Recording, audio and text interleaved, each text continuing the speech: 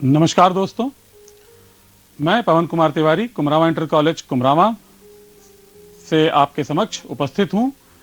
कक्षा 12 अध्याय 2 प्रतिलोम त्रिकोणमितीय फलन नामक चैप्टर के साथ आप लोगों के साथ आज हम लोग इस चैप्टर को डिस्कस करेंगे।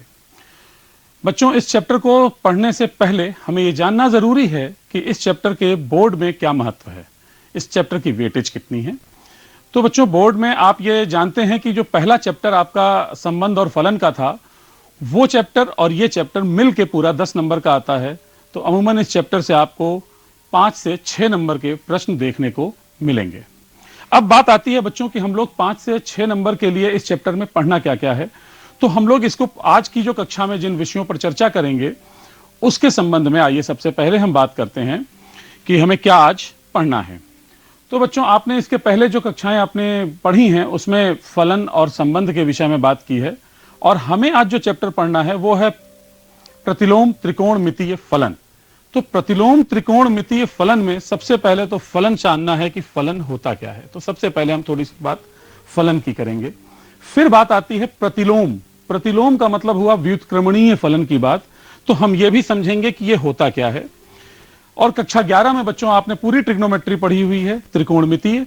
हमें उस त्रिकोणमितीय को जानना होगा कि एक फलन के रूप में कैसे होता है, और तब हम इससे समझेंगे कि ये त्रिकोणमितीय फलनों का प्रतिलोम कैसे निकाला जाएगा।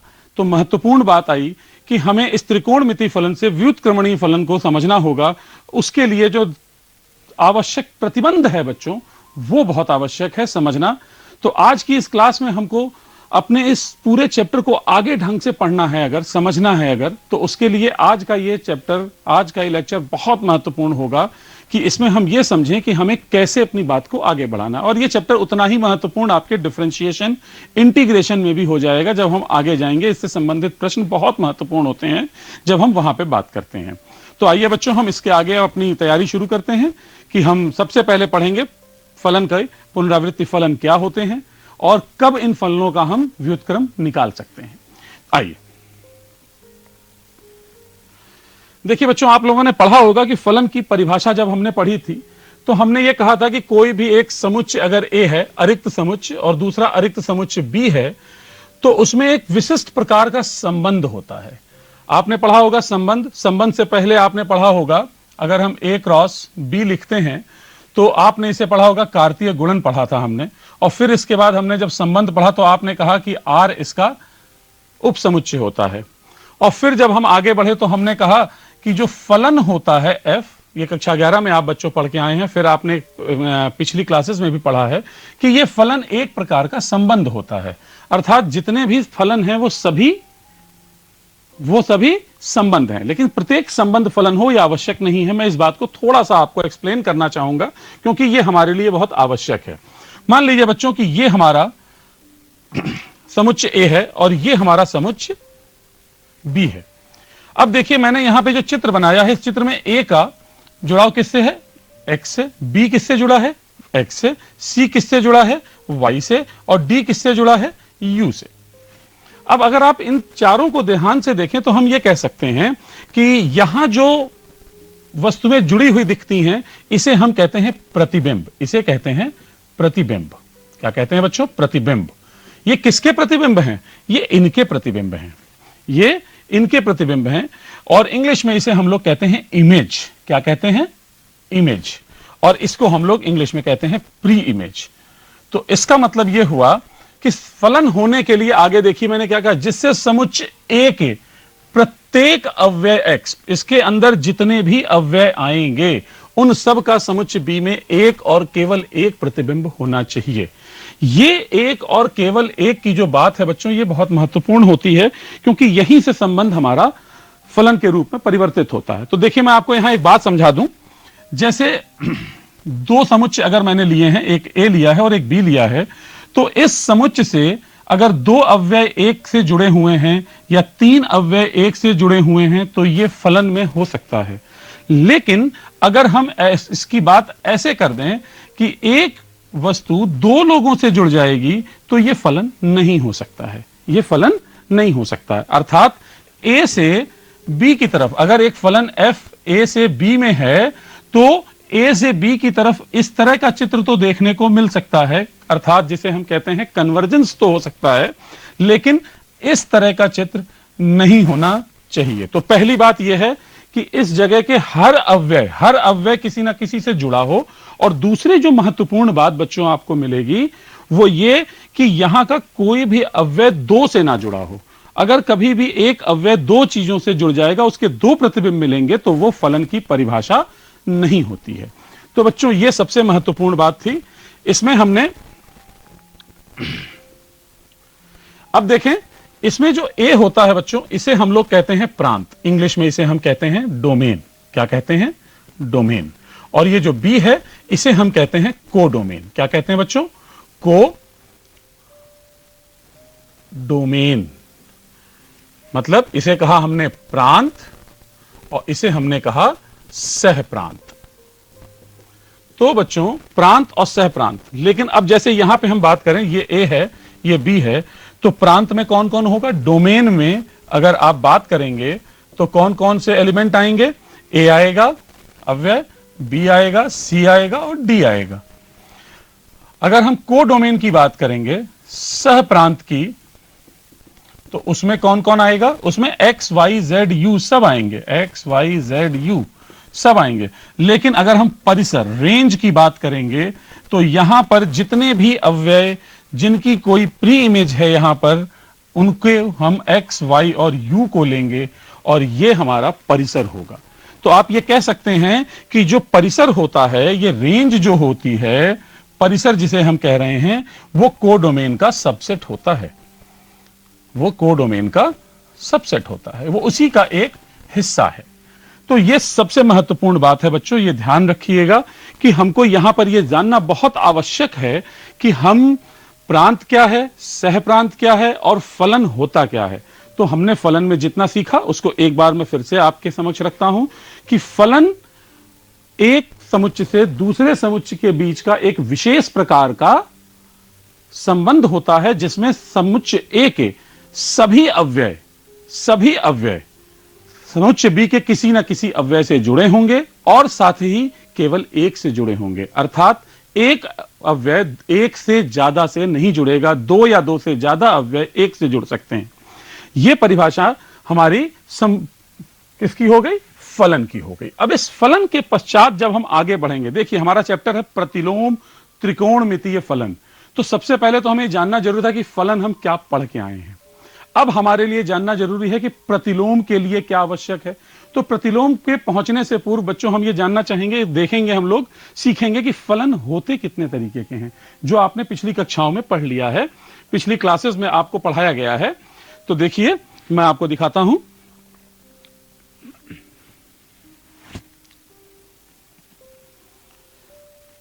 देखिए बच्चों, मैं आपको एक एक चित्र के माध्यम से ये सारी बातें समझाऊंगा। सबसे पहला फलन होता है 1-1, जिसे हम लोग इंजेक्टिव भी कहते हैं। देखिए अगर हमने a लिखा और हमने b लिखा, यहां पर अगर मैं लिख रहा हूं x1 x2 x3, यहां मैं लिख रहा हूं y1 y2 और y3। अगर प्रत्येक अव्यय किसी ना किसी से जोड़ दिया जाए, मतलब हर अव्यय एक से जुड़ा हो, कहीं पर भी दो अव्यय एक से ना जुड़ें, तो वो फलन कैसा होगा? 1-1 होगा। लेकिन अगर मैं यहां एक x4 लिख दूं और इसको अगर मैं किसी से भी जोड़ दूं, इससे जोड़ दूं, तो अब ये क्या हो जाएगा? जब ऐसा हमको देखने को मिल जाए तो ये क्या हो जाता है? जब ऐसा हमको देखने को मिल जाता है तो हम कह देते हैं वो फलन कैसा होता है? बहुएक होता है। बहुएक मतलब बहुत सारे एक से जुड़ जाएं। और 1-1 का मतलब एक एक से ही जुड़ेगा, 1 से 1, एक से एक, एक से एक। लेकिन ये कैसा हो गया? ये बहुएक हो गया, मैनी वन इसे कहा जाता है। और ये उदाहरण आप अगर देखेंगे, यहां पे मैं लिखूंगा x y z alpha beta gamma, इसको मैंने यहां जोड़ा, इसको यहां जोड़ा, इसको यहां जोड़ा, प्रत्येक अव्यय एक से जुड़ा हुआ है। कैसा होगा? 1-1, अर्थात एकैक या एकैकी फलन कहते हैं, 1-1 या इंजेक्टिव फलन कहा जाता है। यह बहुत महत्वपूर्ण है बच्चों। इसके बाद हम आते हैं इसी में हम दो चीज देखेंगे, मेनी वन हमने सीखा, लेकिन जो भी फलन वन वन होगा या मेनी वन होगा तो उसके साथ ये समझ में आना जरूरी है कि ये क्या होता है, ऑन टू और इनटू, आच्छादक और इनटू फंक्शन की कौन सा फंक्शन आच्छादक है, कौन सा फलन आच्छादक नहीं है, ये हम कैसे जानेंगे। तो इसके लिए बच्चों आप ये ध्यान रखें कि ऑन टू का मैं बहुत आसान सा तरीका दे दूं, वो सभी फलन जिसका कोडोमेन, कोडोमेन मैंने अभी क्या बताया था आपको, सह प्रांत, सह प्रांत किसके बराबर हो जाए, रेंज के बराबर हो जाए, मतलब परिसर के बराबर हो जाए। जिस फलन का सह प्रांत और परिसर बराबर होते हैं उस फलन को हम लोग क्या कहते हैं, ऑन टू फंक्शन कहते हैं, और जो फंक्शन ऑन टू नहीं होता है वो फंक्शन इनटू हो जाता है। जैसे इस वाले उदाहरण में अगर आप देखें तो यहां पर आपका ये पूरा समुच्चय क्या है, आपका क्या है, कोडोमेन है बच्चों, ये पूरा क्या है, कोडोमेन। लेकिन इसका अगर हम परिसर निकालेंगे तो कौन कौन से अव्यय इसके हमारे प्रयोग हुए, इस्तेमाल हुए, उनका समुच्चय बनाइए, तो वो कौन से हुए, 1 2 3। आप देख रहे हैं कि इसका जो परिसर निकलेगा, रेंज निकलेगी, वो भी क्या निकली, y1 y2 और y3। इसका मतलब क्या हुआ, ये किसके बराबर हो गया, कोडोमेन के बराबर हो गया। तो ये कैसा फलन होगा बच्चों, ये फलन कैसा हुआ, ये फलन हो गया ऑन टू। मेनी वन तो ये पहले से था और साथ में इसका पूरा नाम क्या होगा, many one onto function हो जाएगा, मेनी वन ऑन टू। ये वन वन है और आप देखिए यहां कोई भी समुच्चय खाली नहीं बचा, कोई अव्यय यहां खाली नहीं है। तो ये वन वन के साथ ये कैसा है, ये भी ऑन टू है, ये भी आच्छादक है। तो ये कैसा है, एक एक आच्छादक, ये कैसा है, बहु एक आच्छादक। अब अगर हम इसमें कुछ और उदाहरण लेना चाहें, आप देखिए मैं आपको दिखाता हूं। यहां मैंने लिखा x1 x2 x3, यहां लिखा a b c d, इसको यहां जोड़ा, इनको यहां जोड़ा, इनको यहां जोड़ा। अगर आप इसमें देखें तो ये कैसा फलन होगा, वन वन तो है, ये कैसा है, वन वन। लेकिन साथ में आप ये देखेंगे कि इसमें c ऐसा अव्यय है जिसको कोई भी प्री इमेज नहीं, वो पीछे किसी से नहीं जुड़ा है। तो इसका मतलब क्या हुआ, ये कैसा फंक्शन हो गया, आच्छादक नहीं है। तो कैसा होगा ना, आच्छादक हो जाएगा, इनटू फंक्शन होगा। ठीक है बच्चों, ये कैसा फंक्शन होगा, इनटू फंक्शन होगा। और ये हमारा वन वन इनटू फंक्शन सामने देखने को मिल रहा है। अगर हम इसी में एक और उदाहरण ले लें, आप देखें यहां हम ले लें, या मैं हटा देता हूं इसको, एक और उदाहरण लेते हैं। यहां लिखा x1 x2 x3 y1 y2 y3 y4 और x4। इनको यहां इस्तेमाल किया, इनको यहां इस्तेमाल किया, इनको यहां इस्तेमाल किया, इनको यहां इस्तेमाल किया। अब ये कैसा फंक्शन है, अब ये one one onto function आप कह सकते हैं। तो हमने इतनी चीजें सीखी कि ये चार तरह के फलन आपस में मिलकर कितने तरीके की बातें बनाएंगे, ये चार तरह के फलन बनाएंगे, one one onto, one one into, many one onto और मेनी वन इन टू। एक एक आच्छादक, बहु एक आच्छादक, एक एक अनाच्छादक और बहु एक अनाच्छादक। तो इन चार फलनों के साथ अब हम आगे बढ़ते हैं, ये देखते हैं कि किन फलनों का व्युत्क्रमणीय होने के जरूरी क्या है। तो देखिए बच्चों, मैंने लिखा व्युत्क्रमणीय फलन क्या होते हैं, एक ऐसा फलन जो x से y में है वो कब होगा व्युत्क्रमणीय, यदि और केवल यदि f एक एक तथा आच्छादक है। एक एक भी हो और आच्छादक हो, केवल उन्हीं फलनों का उल्टा हो सकता है। अब ये क्यों होगा बच्चों, ये बहुत मैं आप चार बनाता हूं, आप देखें। पहला x1 x2 x3 y1 y2 y3, x1 x2 x3 y2, x1 x2 3 y2 y3। देखिए अगर मैं इसको यहां जोड़ दूं, इनको यहां जोड़ दूं, इनको यहां जोड़ दूं, ये ऐसा हो जाएगा बच्चों, ये वन वन ऑन टू, मतलब एक एक आच्छादक। अगर मैं इसको यहां जोड़ दूं, इनको यहां जोड़ दूं और इनको यहां जोड़ दूं, तो ये कैसा होगा, ये बहु एक हो गया, मैनी बहुत सारे एक जोड़ गए, मैनी वन, और ये सब सारे यहां पे प्रयोग हो गए हैं। तो ये कैसा होगा, ऑन टू। यहां जोड़ दें, यहां जोड़ दें, इनको यहां जोड़ दें बच्चों, ये क्या होगा, ये अभी भी मैनी वन है लेकिन इनटू है। और आखिरी एक उदाहरण और हम ले लें, x1 x2 x3 y1, y2, y3, y4। इनको यहां जोड़ा, इनको यहां जोड़ा और इनको यहां जोड़ा, ये नहीं है। अब ये कैसा हो जाएगा, ये 1 1 into होगा, 1 1 into। अब बच्चों देखो, व्युत्क्रम का मतलब हुआ कि जो फलन a से b में चल रहा था उसका उल्टा, मतलब b से a में लाना है। तो b से a में जो फंक्शन होता है उसको हम लोग निरूपित करते हैं घात में -1 लगाकर। ये ध्यान रखें बच्चों, यहां पर जो हम -1 लगाएंगे ये बताता है कि हम फलन का उल्टा कर रहे हैं। इसको आप बीजगणित के हिसाब से 1/f पढ़ने की भूल या भ्रांति ना रखें अपने अंदर। मैं आगे इस बारे में फिर चर्चा कभी करूंगा। अभी तो इसके व्युत्क्रम, हमें अगर व्युत्क्रमणीय देखना है तो इसका व्युत्क्रमणीय नहीं निकले होगा कि नहीं होगा। अब b से a की तरफ आप देखिए, तो b से a की तरफ इसका तो सब कुछ सही है, फलन की सारी बातें सही हो रही हैं, तो इसका निकलेगा। लेकिन अगर आप इस वाले में बात करेंगे, उल्टा करेंगे, b से a की तरफ जब देखेंगे तो y1 किससे जुड़ जाएगा, 2 से। मतलब अगर मैं y1 लिखूं तो वो किससे जुड़ेगा, x1 से भी जुड़ा है और x2 से भी जुड़ा है, और ये फलन की परिभाषा नहीं हो सकती, मैंने अभी थोड़ी देर पहले आपको बताया। तो इसका मतलब कि इसका व्युत्क्रमणीय होना असंभव है। इस पर बात करें बच्चों तो यहां भी वही बात आ जाएगी, तो ये भी व्युत्क्रमणीय नहीं है। अब इसमें आप ये तो कह सकते हैं कि सब एक एक से जुड़े हैं। y1 किससे जुड़ा है, x1 से, y2 किससे जुड़ा है, x2 से, y3 किससे जुड़ा है, x3 से। लेकिन y4 किससे जुड़ा है, ये किसी से नहीं जुड़ा है, ये खाली है। और मैंने क्या बताया था कि जो फलन होना चाहिए उसमें हर अव्यय को जोड़ना आवश्यक है। तो अगर ये किसी से नहीं जुड़ा तो इसका मतलब ये हुआ कि ये फलन नहीं हो सकता है। तो केवल और केवल सिर्फ और सिर्फ 1 1 on 2 फंक्शंस जो होते हैं, मैंने लिखा है देखिए, जो एक आच्छादक होते हैं, केवल वही फंक्शन, वही फलन व्युत्क्रमणीय होंगे। और जो फलन एक आच्छादक दोनों होते हैं, 1 1 भी हो और on 2 भी हो, 1 1 on 2, उसे हम लोग एक और नाम से जानेंगे। और ये नाम बेटे इंग्लिश में जरूर ध्यान रखें, इन शब्दों की टर्मिनोलॉजी जरूर याद रखें, क्योंकि ये आपको आगे काम आएंगी। इसे हम लोग बाइजेक्टिव फंक्शन भी कहते हैं। ठीक है बच्चों, बाइजेक्टिव फंक्शन भी कहा जाता है। ये आपकी समझ में आ रहा होगा। अब हमने 2 बातें सीखी, फलन सीखा और प्रतिलोम सीखा। अब हमारे पास चैप्टर के नाम में एक चीज रह गई, कौन रह गया, वो है त्रिकोणमिति। तो त्रिकोणमिति फलनों के बारे में अब हम बात करेंगे।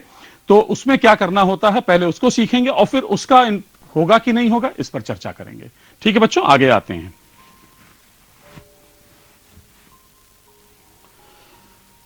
देखिए बच्चों, हम लोगों ने त्रिकोणमिति फलन जब पढ़ा था कक्षा 11 में, तो हमें आप जानते हैं बहुत पहले से 10 से भी आप पढ़ते आ रहे हैं।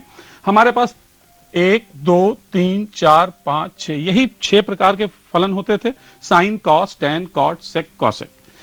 इन फलनों को जब हम लेकर चलते हैं बच्चों, तो इसमें हम लोग क्या देखते हैं कि ये फलन जब आप साइन एक्स का लेते हैं तो इसका प्रांत क्या है। जब फलन ले रहे हैं तो आप समझिए बच्चों, इसको हम लोग समझने के लिए मैंने इसके प्रांत और परिसर यहां बनाए हैं, और ये बहुत आसानी से समझ में आएंगे। लेकिन हम लोग इसको समझने के लिए अगर इसके ग्राफ को देखें तो आपकी समझ में बहुत अच्छे से आएगा। फिर हम इसकी पिछले वाले स्लाइड पर वापस आएंगे और आपको उससे फिर प्रांत भी समझाएंगे दोबारा से। पहले आप देखिए एक फंक्शन को, ये फंक्शन बेटे साइन एक्स का है। इसको आप लोग फिजिक्स में भी, भौतिक विज्ञान में भी इस्तेमाल करते हैं। जब हम लोग कक्षा 12 में अल्टरनेटिंग करंट पढ़ते हैं और कक्षा 11 में आपने सिंपल हार्मोनिक मोशन पढ़ा होगा, तो इसी हम लोग कर्व की बात करते हैं। मैं उसी संदर्भ में कहूं तो आप देखिए, आप ये जानते हैं कि साइन 0 की वैल्यू कितनी होती है बच्चों, साइन 0 0 होता है, साइन 90 1 होता है, ये सब जानते हैं। साइन 30 1/2 होता है। तो यहां देखिए साइन 0 0 है, 90 π/2 पर 1 हो गया, पाई पर 0 हो गया, और 3 π/2, ये 3 π/2 है बच्चों। यहां कितना हो गया, -1। तो अगर मैं -1 से एक लाइन ऐसे खींच दूं समांतर इधर, और 1 पर एक लाइन समांतर इधर खींच दूं, तो आप देखेंगे कि 1 और -1 के बीच में साइन चल रहा है। और आप अगर पूछा जाए कि यह फलन किस प्रकार का है, एक है या बहुएक है, तो आपका बहुत आसान सा तरीका है, आप सिर्फ एक काम करें, कोई एक रेखा खींचें जो एक्स अक्ष के समांतर हो, और अगर वह रेखा उस फलन को सिर्फ एक जगह काटेगी तो वो एक होगा, और अगर एक से ज्यादा जगह काटेगी तो वो फलन बहुएक होगा। मैं आपको दिखाता हूं। जैसे मैं यहां एक रेखा खींच रहा हूं बीच में, अब आप देखिए मैंने ये रेखा खींची तो इसने इस फलन को कहां काटा, यहां काटा, यहां काटा, यहां काटा, यहां काटा, यहां काटा, यहां काटा, यहां भी काटा और यहां भी काटा। और ये हमने किस जगह पे समांतर खींची थी? मान लीजिए 1/2 पर। तो इसका मतलब यह हुआ कि जब y का मान 1/2 है, मतलब किसी कोण के लिए साइन x का मान कितना है? 1/2। तो वो कितने कोण हैं? अब आप देखेंगे तो इसमें बहुत सारे कोण आपको मिलेंगे।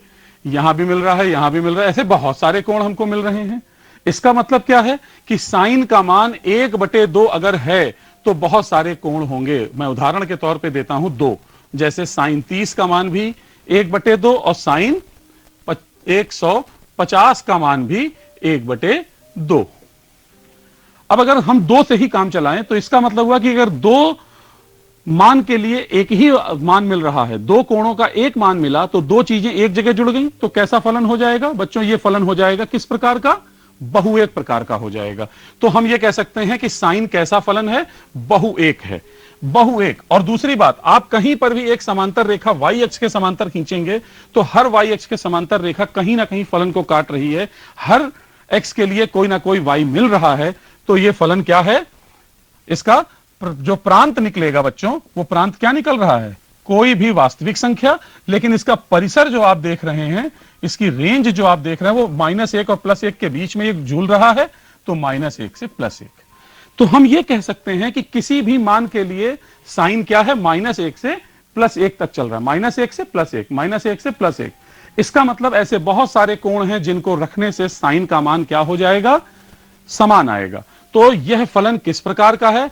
बहुएक आच्छादक प्रकार का है। यह फलन कहां से कहां तक परिभाषित हुआ? यह परिभाषित हुआ r से -1 से 1 के बीच में। ठीक है बच्चों, -1 से 1 के बीच में। अब जरा इसकी पिछली स्लाइड पे मैं दिखाऊंगा आपको, देखिए। तो मैंने क्या लिखा है? साइन का मान मैंने क्या लिखा? प्रांत क्या लिखा? r, और परिसर क्या लिखा? -1 से 1। इसी प्रकार जरा अब हम कॉस की बात करें। देखिए अगले वाले में ये ग्राफ बच्चों आपका किसका है? ये कॉस का ग्राफ है। अगर आप इस कॉस वाले ग्राफ में भी देखेंगे तो साइन और कॉस में सिर्फ एक चीज का अंतर आता है बच्चों, जहां साइन का मान 0 होता है वहां कॉस 1 हो जाता है, जहां कॉस 0 होता है वहां साइन 1 हो जाता है। तो ये आपस में बदलते हैं, इसीलिए ये यहां पर 1 दिख रहा है, लेकिन इसका मान भी -1 और +1 के बीच में झूलता रहता है। पेंडुलम की तरह ये इसी के बीच में चलेगा। और यहां भी अगर आप देखें, कोई भी रेखा अगर हम समांतर खींच रहे हैं एक्स अक्ष के, तो वो इस वक्र को, इस कर्व को बहुत जगह कट कर रहा है। इसका मतलब इस यहां पर भी हमने क्या देखा? इसके भी कर्व में हम क्या देख रहे हैं? एक y के लिए बहुत सारे x पाए जा रहे हैं, अर्थात बहुत सारे x हैं, x1, x2, x3, बहुत सारे x हैं जो एक जगह आकर y से जुड़ जाएंगे। तो यह फलन भी किस प्रकार का है? मैनी वन, बहुएक प्रकार का है। और यह भी कहां से कहां चल रहा है? r से -1 से +1 के बीच में चल रहा है। ठीक है बच्चों, ठीक है। अब देखिए इसका जरा हम आपको पिछला वो भी दिखाते हैं स्लाइड पे।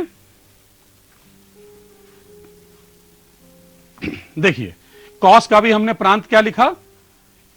ये लिखा है। ठीक है बच्चों। अब देखें tan जो हमारा आता है, अगला फंक्शन हमारा tan का है। अब बच्चों tan x हम लोगों ने पढ़ रखा है। tan x हम लोगों ने क्या पढ़ा है? sin x बटे cos x। अगर आप sin x बटे cos x निकालेंगे बच्चों, तो cos x जो होगा, जहां भी 0 हो जाएगा वहां पे ये परिभाषित नहीं होगा। जहां ये 0 वहां ये परिभाषित नहीं होगा। और ये 0 कहां होगा? जहां ये 0 हो जाए, cos x 0 हो जाए। तो cos की वैल्यू 0 कब होगी? cos की वैल्यू 0 कब होगी? अब इसको मैं आपको ग्राफ से दिखाता हूं। देखिए cos वाले में देखिए 0 कहां मिल रहा है? इस ग्राफ में कहां कहां काट रहा है? यहां काटा, यहां काटा, फिर यहां काटा, फिर यहां काटा। ये वाला जो मान है ये π/2 है। इसी तरह से ये निकालेंगे तो ये 3π/2 है। इस तरह से ये 5π/2 होगा, ये 7π/2 होगा, और ये इसी तरह से इधर माइनस में हो जाएगा। तो इसका मतलब ये हुआ, आप देखिए कि ये π/2 है, ये यहां पाई, यहां इसका मतलब ये π/2 कितनी बार? एक बार। यहां π/2 कितनी बार? 3 बार। यहां 5 बार, ये 7 बार। तो हम कह सकते हैं कि π/2 कितनी बार आना चाहिए? विषम बार आना चाहिए। और विषम निकलने के लिए हम क्या कर सकते हैं? 2n+1 कह सकते हैं। तो जब भी पाई का विषम गुणांक मिलेगा तो हमारा ये tan वाला फंक्शन, ये फंक्शन देख लीजिए आप, इसीलिए इस फंक्शन में आप देखते हैं तो ये π/2 पर समांतर अनंत तक चला जाता है, इसीलिए कहा जाता है कि tan 90 की वैल्यू अपरिभाषित होती है। तो आप देखें हमने क्या लिखा कि सभी संख्याएं हो सकती हैं, सारे r हो सकते हैं, लेकिन कौन नहीं हो सकता उसमें से हटा दिया मैंने। किसको हटा दिया बच्चों? 2n+1 इंटू π/2 को हटा दिया, मतलब π/2 90 के विषम गुणांक को हटा दिया गया। जैसे ही हटाया तो क्या हो गया? ये परिभाषित हो गया और इसमें उत्तर हमें कुछ भी मिल सकता है। आप जानते हैं tan का मान इंफिनिटी तक चलता है, -∞ से +∞ ये रहता है। ठीक है बच्चों, तो ये हमारा tan है। इसी प्रकार से हम लोग cot, sec, cosec सभी को निकाल सकते हैं और बहुत आसान होता है। आगे देखिए,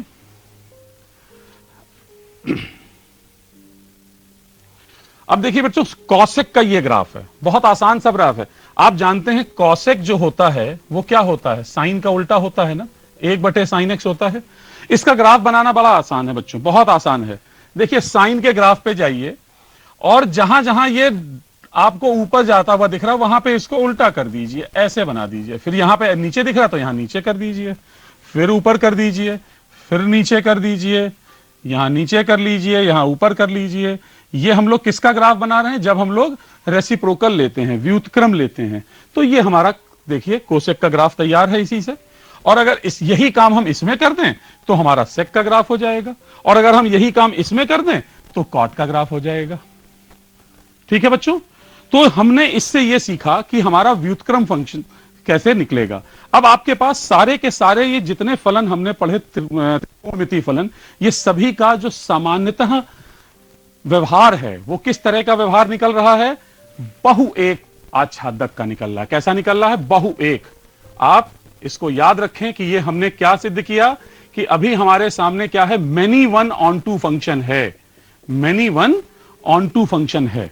लेकिन किसी भी फलन का व्युत्क्रमणीय होना, इन्वर्टिबल होना या प्रतिलोम होना, उसके लिए आवश्यक क्या है कि उस फलन का क्या होना आवश्यक है? मेनी वन की जगह 1 होना आवश्यक है। और 1 हम कैसे कर सकते हैं तो इस बारे में हम लोग चर्चा करेंगे। लेकिन यह ध्यान रखें आप कि जो सामान्य रूप से जितने भी हमने अब तक त्रिकोणमितीय फलन पढ़े, वो सभी फलन आपको क्या मिल रहे हैं? कैसे मिल रहे हैं? एक आच्छादक नहीं है, परंतु यदि उसके प्रांत को प्रतिबंधित किया जाए। अब ये हम प्रतिबंधित करने का जो काम है ये हम सीखेंगे बच्चों, अगली क्लास में सीखेंगे। आज आपको सिर्फ ये ध्यान रखना, जितनी बातें मैंने ग्राफ के जरिए समझाने का प्रयास किया उसको समझना है। और सबसे महत्वपूर्ण बात जो बच्चों आपको समझनी है कि जो फंक्शन का इनवर्स होता है, जैसे मैं f एक फंक्शन कह रहा हूं कि x से y में है, तो इसका व्युत्क्रम जो होगा वो y से x में होगा। तो यहां जो ये पावर में हमने -1 लगाया है, इसका मतलब 1/f नहीं है। वही मैंने यहां आपसे लिख रखा है कि जब हम साइन और x के बीच में पावर -1 लगा रहे हैं तो इसका मतलब कि साइन x की पावर -1 नहीं है। आप ये समझ लें कि साइन इनवर्स x जब हम पढ़ेंगे तो वो साइन x की पावर -1 नहीं होता है। ये ध्यान रखें बच्चों, और यही हमारे लिए सबसे महत्वपूर्ण है। तो बच्चों आज की क्लास में हम इस बात को सिर्फ यहीं पे रोकते हैं और यहीं तक आपको समझना है कि फलन आवश्यक क्या है, फलन में क्या करना है, और व्युत्क्रम होने के लिए जो प्रतिबंध मैंने बताया है वो हम अगली क्लास में सीखेंगे कि उसको हम कैसे त्रिकोणमितीय फलनों पर अप्लाई करेंगे। तो इसको एक बार आप रिवाइज करिए और हम अगली क्लास में मिलते हैं इसके आगे के विषय को उठाते हुए। धन्यवाद।